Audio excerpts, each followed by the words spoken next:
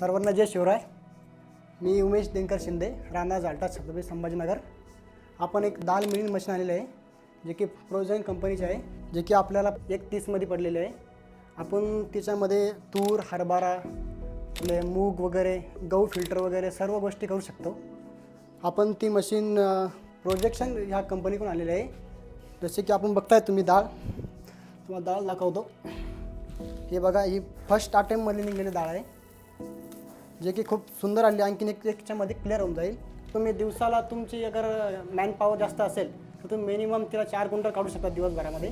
ते 4 ते 5 घंट्यामध्ये 1 घंट्याला मिनिमम एक क्विंटल काढतात. त्याची आपल्याला पर क्विंटलला पडते. आमचा भावानुसार मार्केटनुसार आपण 1300 रुपये क्विंटल देतात. आणि आपण 1 क्विंटल मागे तुम्हाला मिनिमम 70 ते 80 किलो डाळ वापस भेटतात. आणि बाकी चुरा वगैरे भुसा निघतो, त्या हिशोबाने डाळ देतो आपण. आज मिळून आम्ही जवळ 2 क्विंटलच्या आसपास डाळ काढलेली आहे.